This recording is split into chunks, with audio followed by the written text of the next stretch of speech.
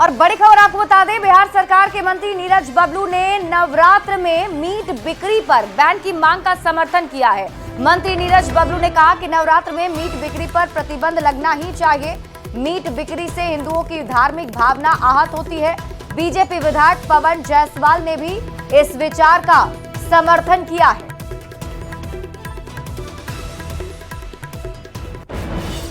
ये करोड़ों हिंदुओं के भावना का सवाल है। जब भी नवरात्रा होता है तो हिंदू समाज के लोग नॉनवेज से परहेज करते हैं, मटन मछली चिकन नहीं खाते हैं। अगर उनका डिमांड है कि ये बंद हो, क्योंकि देख करके भी लोगों को परेशानी होती है, पूजा पाठ में दिक्कत समझ में आता है, तो अगर लोग डिमांड करते हैं तो निश्चित रूप से इस पर विचार होना चाहिए और अगर बैन करना पड़े तो हम इसके समर्थन में बैन कर देना चाहिए। मुझे नहीं मालूम कि कहाँ से ये बात उठा है, लेकिन अगर नवरात्र के मौके पर किसी बड़े त्यौहार में, चाहे वो किसी भी जाति धर्म का कोई पर्व त्यौहार हो, मंदिर के अगल बगल में कोई जगह हो, वहाँ नवरात्र के मौके पर ऐसा बैन करने का, या किसी पर्व के मौके पर जहाँ सरकार को उचित लगे कोई बैन करने का निर्णय करता है, तो इसमें किसी को आपत्ति नहीं होनी चाहिए। सड़कों पे तो मीट नहीं बिक्री होती है, सरकार उनकी है एक जगह उपलब्ध कराना चाहिए, क्योंकि नॉनवेज तो सब लोग खाते हैं। कहने के लिए सब लोग ऊपर कि मैं वेजिटेरियन हूँ, लेकिन जब तक लोग खा नहीं रहा तो बिक कहाँ से रहा है।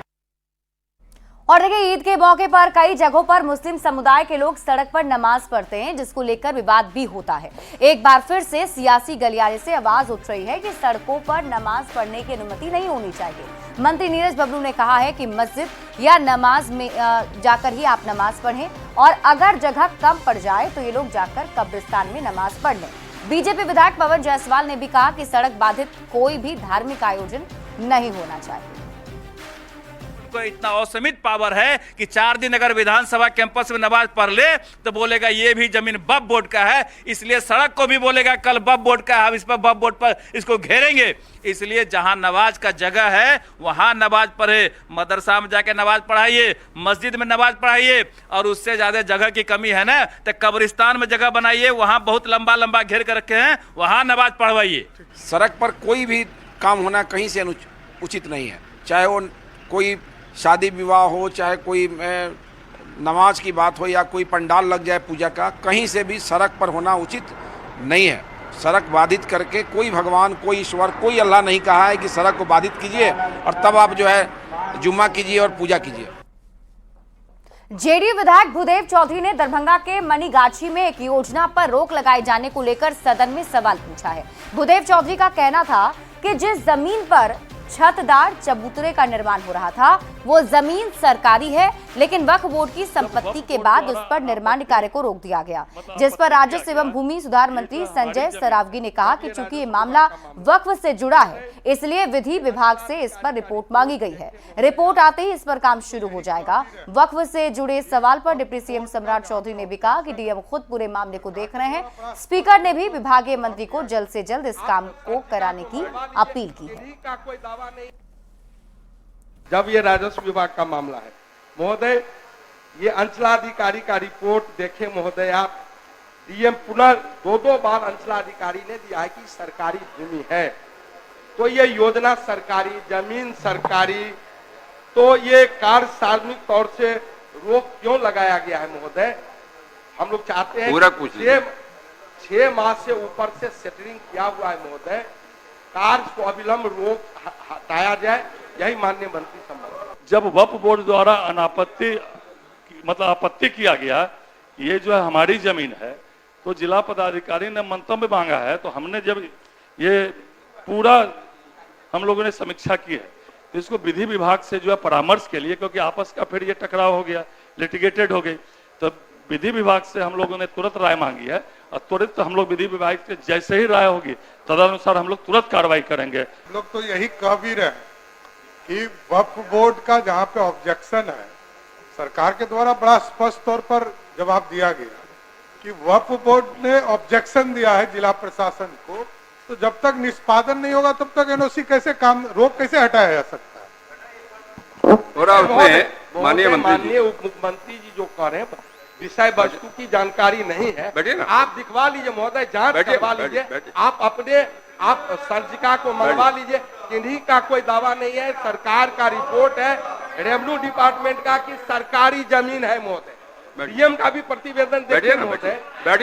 माननीय मंत्री जी, अध्यक्ष महोदय, मैंने स्पष्ट माननीय मंत्री जी, विधायक फंड का पैसा है और सर, आपके जब एनओसी मिला तभी वो वहाँ भवन बन रहा था जी, इसको जल्दी करा दीजिए जी, जल्दी ताकि उसका निष्पादन हो जाए। जी जी, विशेष पहल करके करा दीजिए। इधर बिहार विधान परिषद में मुख्यमंत्री नीतीश कुमार के साथ सदन के सदस्यों ने ग्रुप फोटो खिंचवाया है।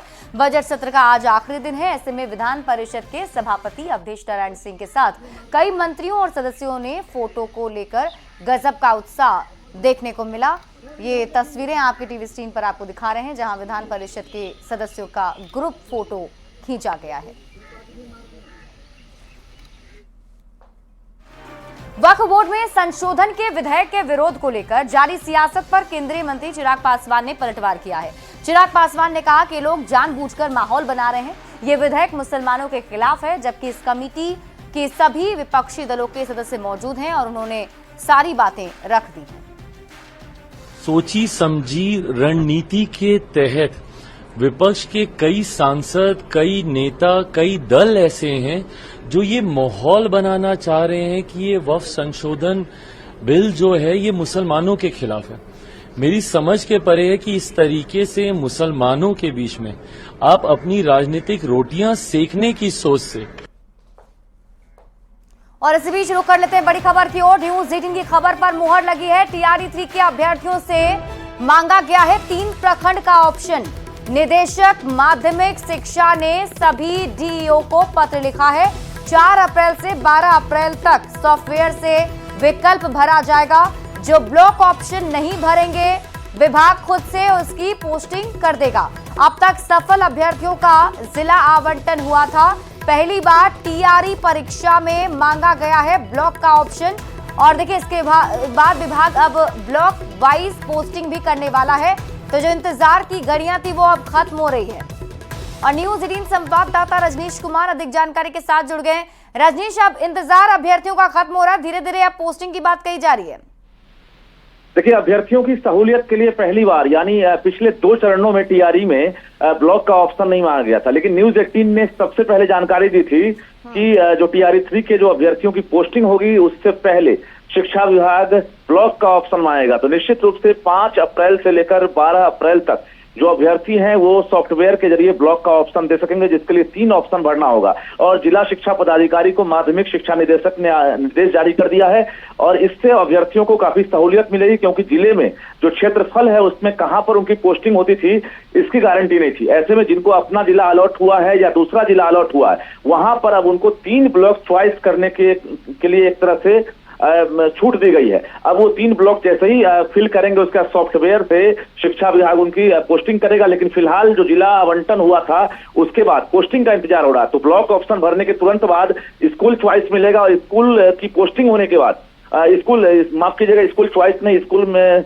का विकल्प शिक्षा विभाग खुद देगा। उसके बाद जो है उनकी ज्वाइनिंग होगी। तो कुल मिलाकर अप्रैल में पूरी प्रक्रिया खत्म करने की तैयारी है कि टीआरई 3 के जो अभ्यर्थी हैं इनकी ज्वाइनिंग हर हाल में आखिरी अप्रैल तक हो जाए। इसको लेकर ये अब रिहर्सल शुरू हो गया है और अब पहले ब्लॉक का ऑप्शन भरा जाएगा। जी शिप्रा, क्या कुछ रिएक्शन अब तक सामने आ पाया? आपकी बातचीत हो पाई? लोग इनका इंतजार कर रहे थे? देखिए, ये अप्रत्याशित एक तरह से कहा जाए कि फैसला है, क्योंकि अभ्यर्थियों ने सोचा नहीं था। हालांकि न्यूज 18 ने जानकारी दे दी थी, क्योंकि इससे पहले मोडस ऑपरेंडी है कि शिक्षा विभाग ने किसी परीक्षा में टीआरई में ब्लॉक का ऑप्शन नहीं दिया था। काफी आसानी हो गई है। अपने घर के पास अगर जिनको अपना जिला मिल गया था उनको अब घर के पास नौकरी करनी। जी ठीक है रजनीश, शुक्रिया इस अपडेट के लिए। तो बड़ी खबर आपको बता रहे हैं। देखिए, पटना से इस वक्त बड़ी खबर सामने आ रही है। जो ऑप्शन प्रखंड को भरने का ऑप्शन दिया गया है, अभ्यर्थी से अब 3 प्रखंड के ऑप्शन मांगे जाएंगे। मतलब ये कि आपकी जो पोस्टिंग है वो आपके सुविधा अनुसार अब शिक्षा विभाग की तरफ से की जाएगी और इसके लिए टाइम भी निर्धारित किया गया है। सभी डीईओ को इसको लेकर पत्र भी शिक्षा विभाग की तरफ से लिखा गया है। 4 से 12 अप्रैल तक का ये वक्त है जब आप 3 प्रखंड का ऑप्शन भर सकते हैं। सॉफ्टवेयर के जरिए इसे भरा जाएगा। और इस वक्त की बड़ी खबर आपको बता दें, कर्पूरी ठाकुर के नाम पर यूनिवर्सिटी की मांग की गई है। शिक्षा मंत्री सुनील कुमार ने इसकी मांग की है। समस्तीपुर में विश्वविद्यालय का नाम कर्पूरी ठाकुर के नाम पर हो, शिक्षा मंत्री की तरफ से कहा गया है। भविष्य में सरकार इस बात को देखेगी। तो बड़ी खबर आप बता रहे हैं इस वक्त की, जहां शिक्षा मंत्री सुनील कुमार सिंह की तरफ से ये बड़ी मांग की गई है। कर्पूरी ठाकुर के नाम पर यूनिवर्सिटी की मांग की गई है।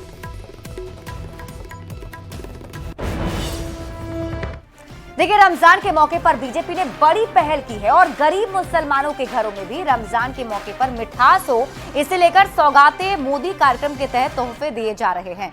देश भर में चलाए जा रहे हैं इस कार्यक्रम के जरिए 32 लाख मुसलमानों को किट दिया जा रहा है। पटना के हाईकोर्ट स्थित दरगाह में सौगातें मोदी कार्यक्रम चलाया गया, जहां बड़ी संख्या में गरीब मुसलमानों को किट दिया गया है। इस किट में महिलाओं के लिए साड़ी है, ड्राई फ्रूट, सेवइयां, शक्कर इत्यादि दिए गए हैं। पुरुषों के लिए लुंगी के साथ सेवइयां, ड्राई फ्रूट्स किट में शामिल है। किट के ऊपर प्रधानमंत्री मोदी की तस्वीर लगाई गई है। जिन लोगों को तोहफे मिले उन लोगों ने खुशी जाहिर करते हुए बताया कि प्रधानमंत्री मोदी की ये पहल बहुत बेहतर है। उन्होंने गरीब मुसलमानों का रमजान के दौरान ख्याल रखा, इससे ज्यादा खुशी कुछ नहीं। महिलाओं ने खुशी जाहिर करते हुए पीएम मोदी को दुआएं दी। रमजान के मौके पर बीजेपी ने बड़ी पहल की है और सौगाते मोदी कार्यक्रम के तहत तमाम गरीब मुसलमानों को रमजान बेहतर ढंग से गुजरे उसके लिए किट दिए जा रहे हैं। और बता दें कि ये जो कार्यक्रम है वो राष्ट्रीय स्तर पर चलाया जा रहा है और देश भर के 32 लाख मुसलमान जो हैं गरीब, उनको नमाज अच्छा से हो, रमजान अच्छे से गुजरे, उसके लिए ये किट दिया जा रहा है। और आपको यहाँ पे तस्वीरों में दिखा दें कि यहाँ पे बड़े संख्या में जो गरीब यहाँ पे आए हुए हैं। और ये जरा देखिए, यहाँ पे अगर आपको किट दिखाएं तो यहाँ पे ईद मुबारक सौगाते मोदी, जिसमें प्रधानमंत्री मोदी की जो तस्वीर है वो लगाई गई है। और यहाँ पे अगर आप देखेंगे तो एक जो किट है उस किट में आपको ये जरा देखिए कि यहाँ पे महिलाओं के लिए जो साड़ी है वो यहाँ पे देखिए सलवार दिया गया है। यहाँ पे जो ड्राई फ्रूट्स है वो दिया गया है।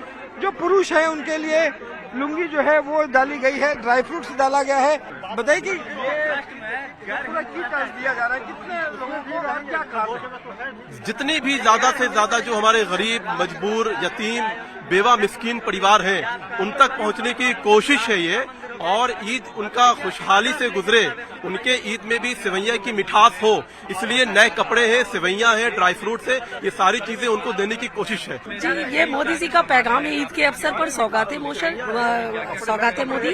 ये उन मुसलमान भाइयों के लिए है जो जरूरतमंद है। 32 लाख परिवारों में ये जाना है। 32,000 मस्जिदों पे हम लोगों ने ये चयनित किया है। रमजान में मोदी जी की तरफ से कुछ दिया जा रहा है और कितनी खुशी है। बढ़िया है, बढ़िया है, कितना खुश है।